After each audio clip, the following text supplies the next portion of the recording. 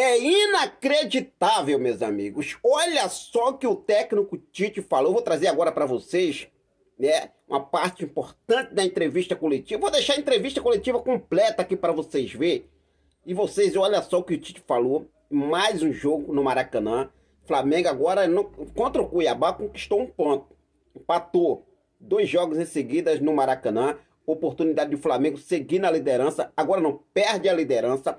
Perdeu para o Fortaleza, 2-1 para o Fortaleza. Tite demorou muito mudar. Um meio de campo, quando estava o Léo Ortiz improvisado, estava jogando melhor do que o Alan e o Pulgar hoje. Pelo amor de Deus, gente. Pelo amor de Deus, o Tite precisa chamar a atenção desses jogadores. Mas olha só o que o Tite falou nessa entrevista coletiva. Acompanha aí. A tua pergunta vai me fazer refletir em relação a isso. Eu não tenho uma opinião formada sobre isso, a não ser o acúmulo, sim, desses aspectos. Mas também o jogo do desempenho, de um número grande de oportunidades criadas, e aí não traz a efetividade numa equipe que joga de uma forma vertical, na oportunidade, ou nas poucas oportunidades que teve, ela teve a possibilidade de vencer o jogo. Isso não é demérito, saber jogar em contra-ataque é mérito também. Não sei o quanto isso, palavra que eu não sei o quanto isso interferiu.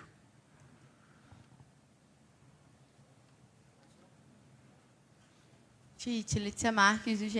Eu queria que você fizesse uma avaliação sobre os jogos que aconteceram nesse período em que o Flamengo esteve muito desfalcado. Tiveram as 5 convocações, depois tiveram algumas lesões também, alguns atletas até já retornaram para o grupo, mas nesse período o Flamengo conseguiu 5 vitórias, 2 empates, 2 derrotas. Queria que você fizesse a avaliação e o que você tira de positivo e o que você acha que pode evoluir ainda a partir desse período. Primeiro, eu estou muito triste, estou chateado. O sentimento que o torcedor do Flamengo está sentindo, eu estou sentindo também. Quero deixar bem claro isso. Agora, como responsável também por uma sequência, tenho que analisar um contexto todo. E o contexto todo desse período onde nós tivemos, ele é... Se nós estivéssemos lá no início e ficássemos assim, ó, vamos fazer 9 jogos sem o nosso potencial técnico maior, total, e vamos vencer 5, empatar 2 e perder 2 com essa pontuação, eu estou olhando para todos nós fecharmos. Hoje continuo triste. E para mim, sentir a derrota, ela faz parte de uma equipe que ela é vencedora, que ela sente, que ela reverte no seu trabalho, no seu dia a dia. Ela tem a força para reverter.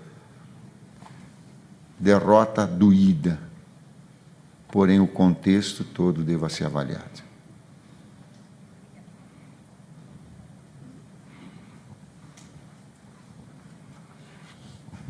Professor Tite, boa noite César. Boa noite. Na sua avaliação, né, do jogo, é claro que quando o resultado é negativo, né, essa avaliação fica mais fácil. Acha que demorou um pouquinho a mexer? O Fortaleza teve muito volume no começo do segundo tempo e acabou fazendo, né, o segundo gol. Isso me permite mais uma pergunta. Algumas coletivas atrás, você falou do posicionamento do Gerson, que não tiraria o Gerson do lado direito, porque ali, né, ele tinha achado, estava bem habituado, o campo fala, essas situações, e hoje o Gerson jogou o tempo praticamente todo jogando por dentro.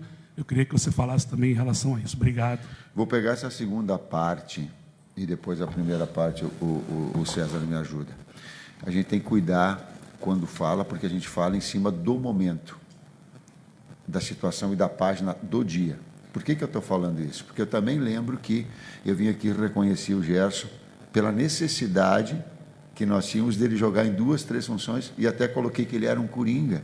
E conversei com ele particularmente, e enalteci isso, porque onde ele mais produz é do lado direito, sim. Agora, a necessidade da equipe para tu ter com tantas situações, circunstâncias, ela te faz tu executar em outras funções mais, como meio que também já jogou, como segundo meio-campista que também já jogou, não é? E daqui a pouco conversei com ele, e ele olhou para mim e disse assim: professor, Eu acho que ele usou o termo, ele disse, eu imagino quanto tu tá sem dormir. Ele disse, porque, pô, machuca um, machuca o outro, tem gente fora, tem pá, e eu preciso. Eu não estou colocando isso para dramatizar nada. Eu só estou passando para o torcedor, ele merece o meu respeito e a informação de quantos os atletas e quanto nós nos propomos a...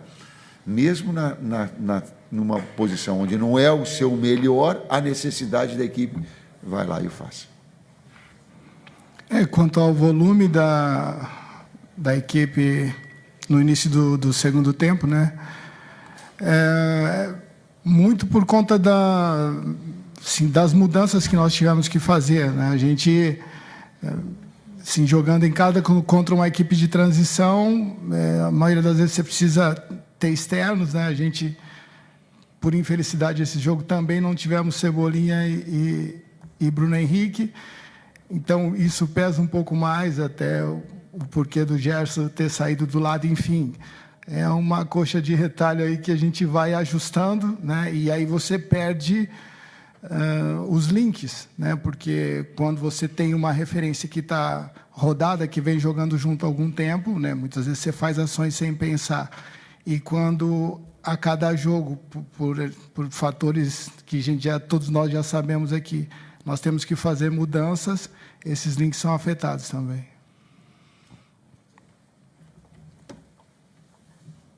Boa noite, Tite, César, Raíza Simplício, da Gol Brasil. Eu queria entender por que essa troca dos dois zagueiros. O Davi Luiz parece que sentiu alguma coisa, como é que ele está, e a opção também de tirar o Fabrício. E se vocês gostaram da entrada do Gabigol hoje, né? Passou por muita coisa, né, até aqui na temporada, não está conseguindo ter uma sequência, e saber o que vocês acharam, o que pensaram com a entrada dele e se gostaram.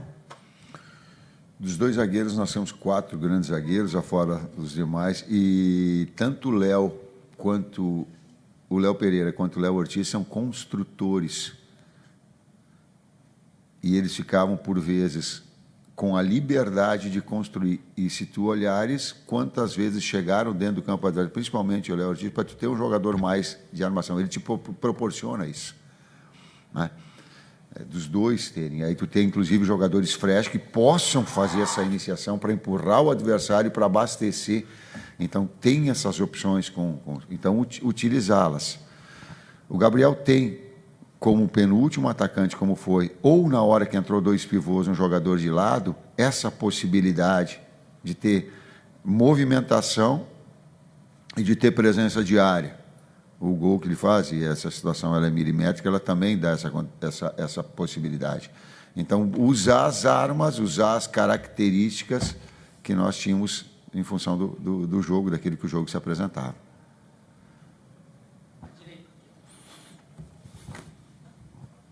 Boa noite, Tite. Boa noite, César. Rodrigo Cerqueira, TV Globo.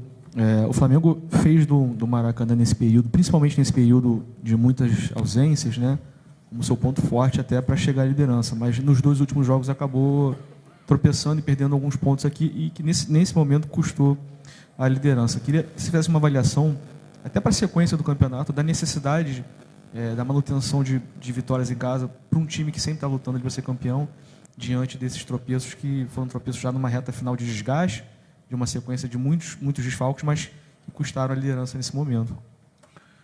As etapas que nós vamos construindo, a pontuação e o percentual de aproveitamento, ele é significativo, né? Até porque em alguns momentos a gente vai e vence fora, e daqui a pouco tem um resultado. E num campeonato que ele é muito difícil. Ele é muito difícil.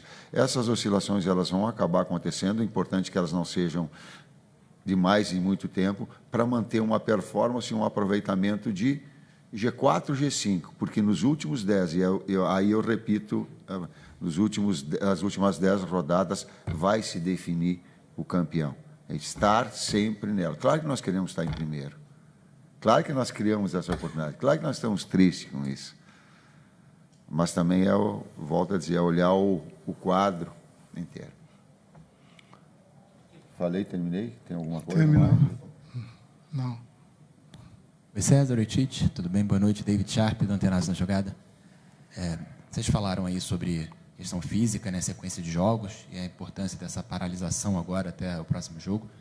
Mas eu queria perguntar, taticamente, tecnicamente, se vocês concordam que o time deu uma piorada também depois da volta do Alan e do Pulgar, se os dois acabaram enfraquecendo o time na questão de perder controle de jogo, ceder mais oportunidades para os adversários, e se puderem também comentar sobre o Matheus Gonçalves, a atuação dele.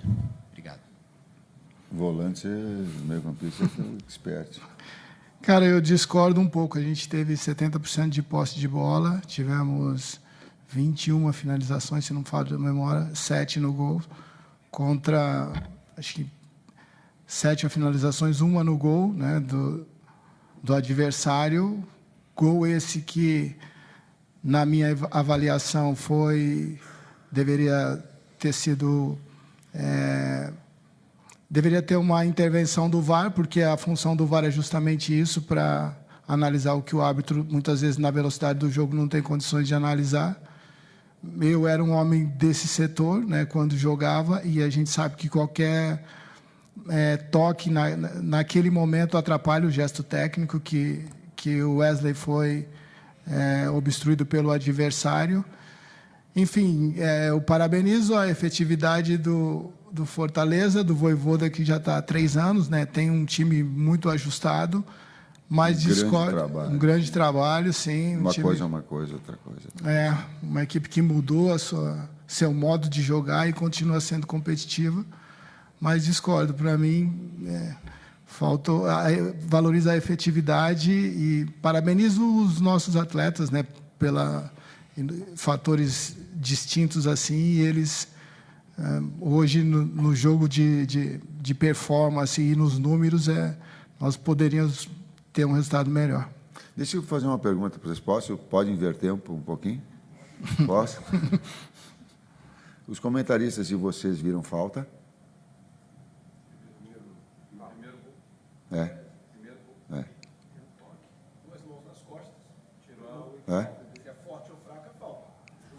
Quando a gente está no ar, o que acontece quando há um toque? Desequilíbrio. Ele é muito leve, né? O lance foi falta. Categoricamente foi falta. Eu não estou... Agora eu estou falando como... eu já tenho suficientemente experiência, professor, jogador, que também trabalhava nessa função e quero corroborar. Né? Foi falta, há um desequilíbrio do atleta. É notório, é claro. E quando o Tite veio reclamar, o Tite atleta, eu falei, Tite, tu não pode, não pode falar, porque tu sabe que é zagueiro, quando a bola, quando tu toca, tu desequilibra quando está no ar. Cara, foi falta. Só. E não é o problema da Edna, ela tem que ser ajudada. Como é o nome do cara? Caio Marques. Interpretação. Quando está no ar, foi falta. Nós deveríamos ter feito gols mais, botar tudo isso tudo aconteça. Mas assim como nós estamos pegando parte. Nós deveríamos ter transformado em gols as oportunidades, uma precisão maior, a bola não bater no pau, tudo isso. E também esse. Matheus. O Matheus vai dando a sua oportunidade, eu falei antes do jogo. Ele criou a oportunidade dele pelo trabalho sério que ele veio. Ele desenvolveu ao longo do tempo, ele desenvolveu ao longo dos treinamentos. Está acompanhando o Luiz, está vendo o quanto nós já tínhamos e colocávamos ele porque é jovem e criou a oportunidade dele. Por isso foi bem também pelo seu trabalho. Mais duas. Boa noite, César. Boa noite, Tite. Vinícius, canal Vini Rubro Negro. Você acabou de falar do Matheus Gonçalves, Tite. No jogo contra o Criciúma, né? No Criciúma não, contra o Cuiabá, desculpa. No jogo contra o Cuiabá, o Matheus Gonçalves entrou pela esquerda, né? No final do jogo ele acabou entrando pela esquerda. Hoje ele iniciou pela direita, a posição que ele se sente mais confortável. Mas com isso o Luiz Araújo acabou sendo deslocado pela esquerda e acabou até sendo vaiado pela torcida hoje. Queria dizer, qual foi a sua ideia em deslocar o Luiz Araújo ali pela esquerda e como você avalia a partida dele hoje? Ele começou pela esquerda e o Luiz pela direita. Como as jogadas não vinham fluindo, quando eles trocaram, circunstancialmente, o Matheus fez uma grande jogada pela direita, e eu digo, fica e permanece aqui, porque ele tem um domínio mais. Então, o desempenho dele determinou que eu fosse. E nós não tínhamos muitas opções para fazer de externos. E aí tu tentar tirar proveito, apontar bem no lado, abre o campo com o Luiz do outro e deixa aqui que o Matheus estava bem na jogada de combinações. Então ele começou do lado esquerdo também para abrir campo, depois ele trouxe para o lado direito. Parabenizar o Matheus, né? Ele construiu essa possibilidade de iniciar com os treinamentos, né? É um menino muito talentoso, né? É um jogador que tem esse manejo de bola, né? O seu forte, essa condução com poucos toques, enfim, e fez um grande jogo, assim. Transferiu para o jogo aquilo que ele vinha realizando nos treinamentos. Torcedor não vai o atleta. Ele não vai melhorar. Ele não vai melhorar com vai. Ele não vai. Eu vou ficar um tempo aqui, eu não sei quanto tempo eu vou ficar. Eu estou técnico do Flamengo. Daqui a pouco vai trocar o técnico e vão de novo pedir assim, ó, não vai. Não vai um atleta. Ele não vai produzir mais. Se vocês mostrarem que um atleta ele respondeu melhor a uma vaia do seu próprio torcedor, não vai. Não faça isso. Pelo carinho que tem, pelo trabalho desenvolvido, eles não estão negligenciando o seu trabalho. Eles não estão. É o mesmo atleta que daqui a pouco vai e faz jogos decisivos, como foi com o São Paulo aqui que fez o gol. Não façam isso. Vou fazer um pedido como vovô. Como vovô. Não façam isso. Não é. O Flamengo não merece. A história do Flamengo não merece. Não sou eu. Os atletas não merecem. Se tivesse algum que ficasse, sabe, não vai. Eles estão trabalhando, não façam isso. Vai sentir. O atleta vai sentir dentro do campo, ele não vai melhorar em função disso. Eu também estou sentido, eles também estão sentidos. Esse sentimento a gente tem do torcedor, a gente partilha dele. Agora é uma escolha. Se vaiar, vai piorar. E se acolher e se sentir apoiado, ele vai ter mais forças ainda para momentos importantes. Aliás, como foi uma série de jogos. Esse aqui foi circunstancial, assim como aconteceu em outros. Então, eu estou enaltecendo, o jogo, quando a gente acabou o jogo contra o Cuiabá, os atletas desabaram em campo, a torcida apoia. Então, não é. E também não é torcida, desculpa, são alguns. A gente tem que saber diferenciar. Eu também fico... Assim como, às vezes, os caras falam, os técnicos, eu digo, não, para aí, os técnicos é todo mundo. Aí fala, a imprensa, aí, diz o nome do cara. Por isso que eu faço questão de dar nome do cara. Eu não falo VAR. Vocês viram que eu não falo VAR? Eu não falo VAR. Eu dou nome. Tem que dar nome. Adenor, ó, tu falou isso. Que fica melhor a situação, fica mais clara, mais transparente. A última. Boa noite, Tite. Boa noite, César. Bruna Medeiros, do canal do Felipe Fontoura. É óbvio que esse período da Copa América foi prejudicial para o Flamengo em termos dos desfalques pelas convocações. Mas eu queria trazer um outro lado, né? Um lado que pode ter sido também benéfico, né? De uma certa visão.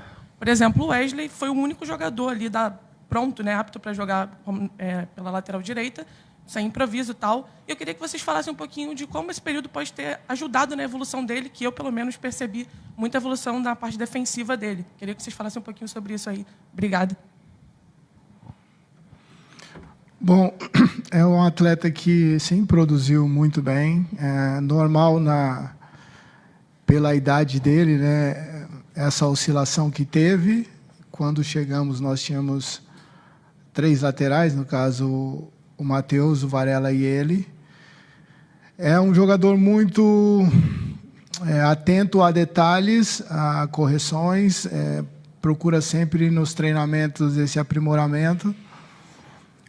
E vem, assim, por necessidade mesmo, né? Nossa, natural da função ali, ele fez esses jogos seguidos e com uma boa performance. Teve uma lesão, um momento de lesão no adutor, que ele vinha também numa boa performance, aí teve que parar e voltou muito bem. A gente fica feliz porque é um trabalho diário que é feito, né, dentro de critérios que, quando o atleta consegue entender, ele consegue não só produzir aquilo que nós queremos, mas cada um com a sua individualidade acrescentar, né, assim, evoluir. E então a gente fica feliz, né? Assim, essa dúvida que alguns tinham e que você pode ter tido, eu não tinha quanto ao potencial do atleta, né? É uma questão mesmo, né, de ter mais oportunidades de jogos, de momento, e de adquirir confiança, né? Que hoje é um jogador que vem performando muito bem. Valeu. É isso, fim.